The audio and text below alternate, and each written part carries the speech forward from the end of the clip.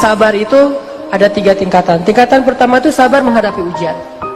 Wabasyiris sabirin, kata Allah di surat Al-Baqarah, sampaikan berita gembira kepada orang yang sabar terhadap ujian.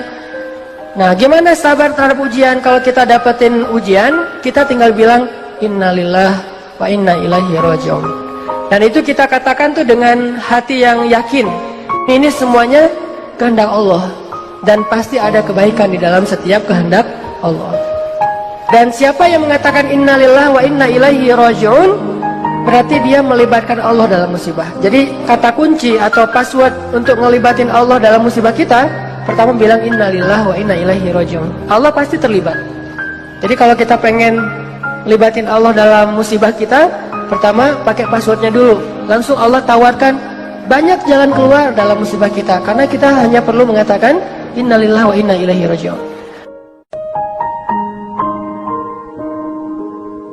Sabar level 2. Sabar level 2 itu adalah sabar dalam meninggalkan dosa. Ternyata ninggalin dosa juga butuh sabar. Sabar untuk nggak ngelakuin dosa, walaupun mungkin dosa itu udah biasalah, orang lain juga ngelakuin yang kayak gitu.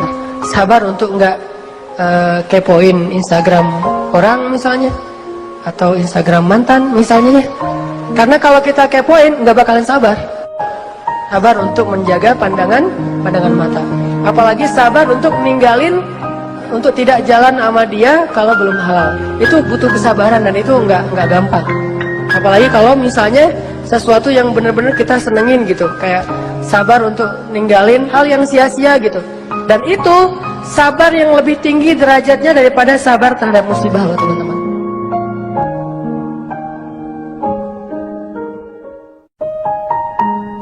Sabar level 3 itu adalah sabar dalam beribadah.